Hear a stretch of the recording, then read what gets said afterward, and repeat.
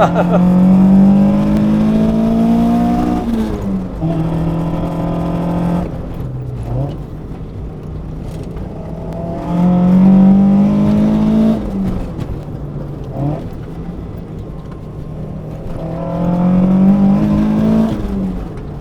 will be my long-awaited review of the new Toyota GR86. But first of all, let's revisit where the GR86 even got its name from. The original Toyota AE86, aka Hachiroku, everyone's favorite tofu delivery vehicle from Initial D. To understand the ethos of the GR86, you have to understand why the AE86 has such a cult following. It might look like just a plain 1980s Econobox Toyota Corolla hatchback from the outside, but when you get behind the wheel, you quickly realize that it's so much more than that.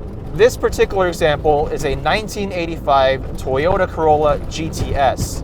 It's owned by my good friend Matt, co-host of the podcast, and it only has 106,000 miles. This is a USDM example, which is the equivalent of the JDM Trueno. This car has minor modifications, Megan Racing coilovers, 15x7-inch wheels, and Dunlop Dureza Z2 tires, but this car's party piece lies under the hood. You see, this car originally came with the 4AGE Blue Top engine, a 112 horsepower, 1.6-liter inline-4. The same engine that Takumi started his AE86 street racing career with, but Matt actually managed to blow that motor in this car several years ago. But it might all be for the better because he was able to source another 4AGE. But this time, it's a JDM 20-valve blacktop. It's still a 1.6-liter inline-4, but it's got variable valve timing, upgraded internals,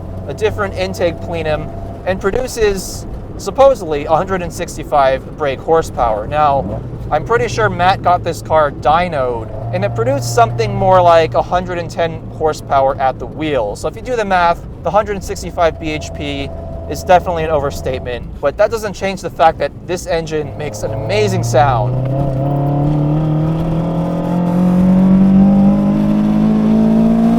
And will rev out to 7,800 RPM.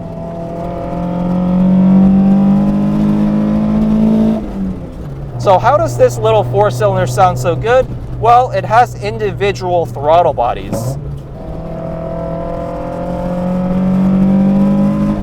Just listen to that pure induction growl.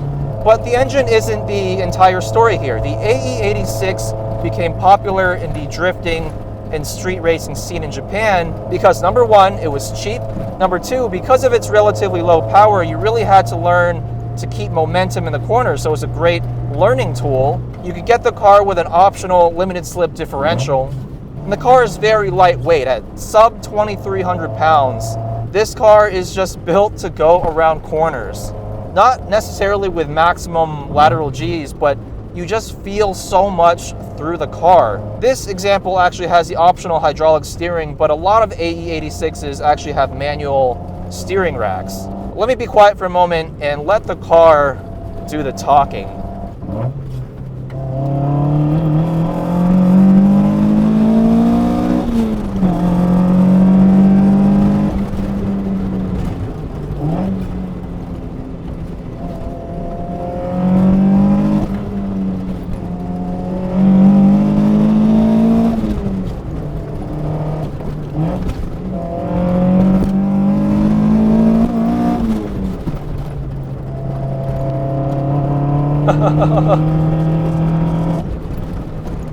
That is too good. With its high grip 200 treadwear track tires, this car is not going to hang its rear end out on a canyon road at 7/10. But that doesn't take anything away from just how visceral this car is to drive. The sound of that engine, the feedback through the steering wheel, that immediate throttle response you can only get from a cable throttle, this very lightweight 5-speed manual shifter, and the fact that you feel everything, and I mean everything, through the seat of your pants. Again, this is absolutely a momentum car. You have to carry speed through the corners or you'll have no chance at keeping up with faster and more powerful machinery. So yes, the ethos of this car, lightweight, front engine, rear wheel drive, naturally aspirated, high revving with a good old fashioned manual transmission. That might sound familiar. The Honda S2000, Mazda Miata share that basic formula. There's a reason why cars with this formula are so legendary.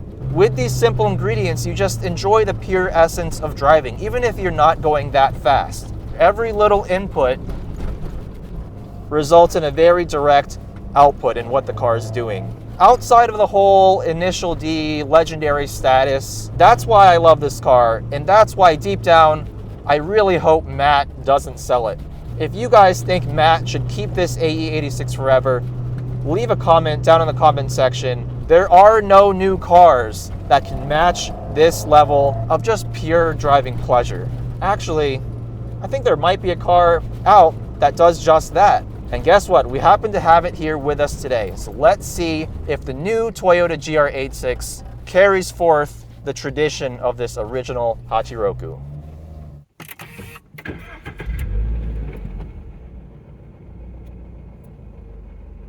Just like that, we are now in the Toyota GR86 Premium. Now, I own a 2022 Subaru BRZ, in case you guys didn't know. So obviously, I am no stranger to the GR86. It is, I would say, 98 to 99% the same car. But there are some changes that are worth mentioning. Toyota wanted to set the GR86 up to be a more playful handling car than the BRZ. The BRZ is all about precision and being able to get consistent lap times. And as a result, there's a little bit of safety understeer built into that car. The GR86 is kind of the opposite. It has softer front spring rates, stiffer rear spring rates, a thinner front sway bar, and a thicker rear sway bar. So it's all about giving this car a more oversteer focused balance. Playing around with the controls in this car for the first time, one thing that I wish my BRZ had that this car has, when you actually have it in track mode or full traction and stability off, it actually gives you a digital readout for both your water and oil temps. You do not get that in the BRZ. So you guys know the specs, but I'll rehash it one more time. 2.4 liter FA24 boxer 4-cylinder engine, makes 228 horsepower according to Toyota and Subaru, but we all know that this car probably is more in the 240 to 250 horsepower range. It's a 2,800 pound car, so around 500 pounds heavier than that old AE86, has a rear limited slip differential, and because this is the premium trim, it comes with the Michelin Pilot Sport 4 tires on 18-inch wheels. Now, let's drive this car and see how it handles.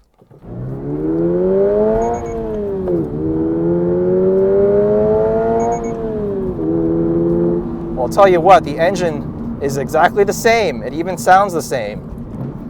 Got that fake engine sound being piped in through the speakers. And I honestly don't really mind it.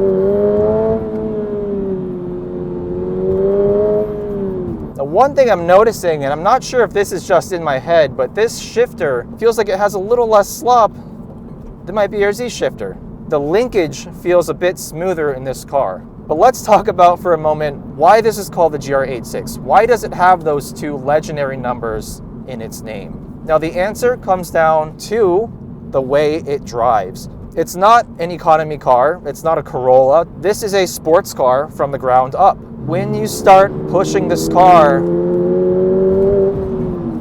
you realize that it still shares that same basic ethos, that simplicity of the AE86, that distinctive front engine rear wheel drive balance with a responsive, high revving, naturally aspirated 4-cylinder engine, a very light and flickable manual transmission, and just an overall sense of lightweight and responsiveness. Out of all the sports cars you can buy brand new today, the GR86 is near the bottom in terms of lap times, or 0 to 60. Even with that higher powered blacktop motor swapped into Matt's 86, it's still just nowhere near the level of performance that this GR86 offers. Look at that. It has torque, something that original 86 is sorely lacking.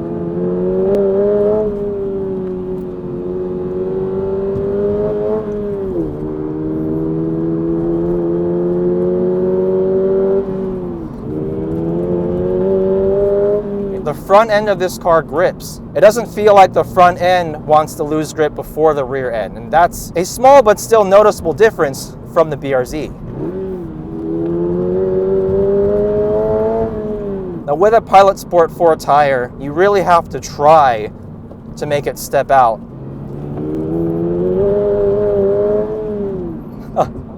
Super, super playful car, and so easy to control. So is this car worthy of its 86 name? It absolutely is. The way this car drives is basically an AE86 brought into the 21st century and given a healthy dose of performance.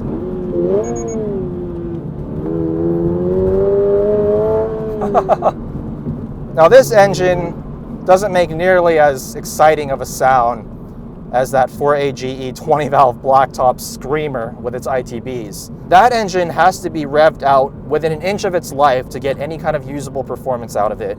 Whereas this car, you can hover around 4,000 RPM, put your foot down, and it'll pull you forward, no problem. So while the two cars share a very similar ethos of driving dynamics, in that one way, this GR feels very different from the AE. The fact that you have so much mid-range torque to play with, it gives you more options mid-corner. Does that make it a better or a worse driving experience? I mean, that's all subjective, of course, but I like being given options, and that's what the GR86 gives you. It gives you options. You can drive it neat and tidy, or you can pitch it into a corner and use the torque to get that rear end out. The AE86 doesn't let you do that. You have to keep the engine above around 5,000 RPM to get any kind of usable power out of it. Now back to the BRZ comparison, yes, this car is 98 to 99% the same. On a canyon road, I would say it feels 99.9% the same. But when you do push the BRZ to the point where that front end just barely starts to wash out, which you can do on a canyon road pretty easily, the GR86 has a different feel. It doesn't have more front grip per se, but the rear end tends to lose grip a little bit more easily, and as a result, the car rotates a little bit better through the corner. Now the real question is, how do these cars compare on track? And that's a question I will have to save for another day. So in conclusion, the GR86 is perhaps the best sub $40,000 new driving experience since the Honda S2000 went out of production over 12 years ago. By the way, the S2000 to AE86 comparison has been made numerous times. Keiichi Tsuchiya himself has said that the 86 and the S2000 are the two pure raw driving machines that he finds himself coming back to most often. Well, that and the NSX Type R, but that's a story for another day. I hope you guys enjoyed this comparison video. Not really a head-to-head per se, but I wanted to try and capture for you guys where the GR86 comes from. We live in a completely different era of EVs, hybridization, all-wheel drive this, automatic that. We're still lucky enough for manufacturers like Toyota and Subaru to give us pure, raw, driver-focused sports cars, such as the GR86, so we should be very, very thankful indeed. If you enjoyed this video, please give it a thumbs up, subscribe if you have not subscribed already. Let me know in the comments what other comparisons you want to see. Thanks for watching, and I'll see you guys in the next one.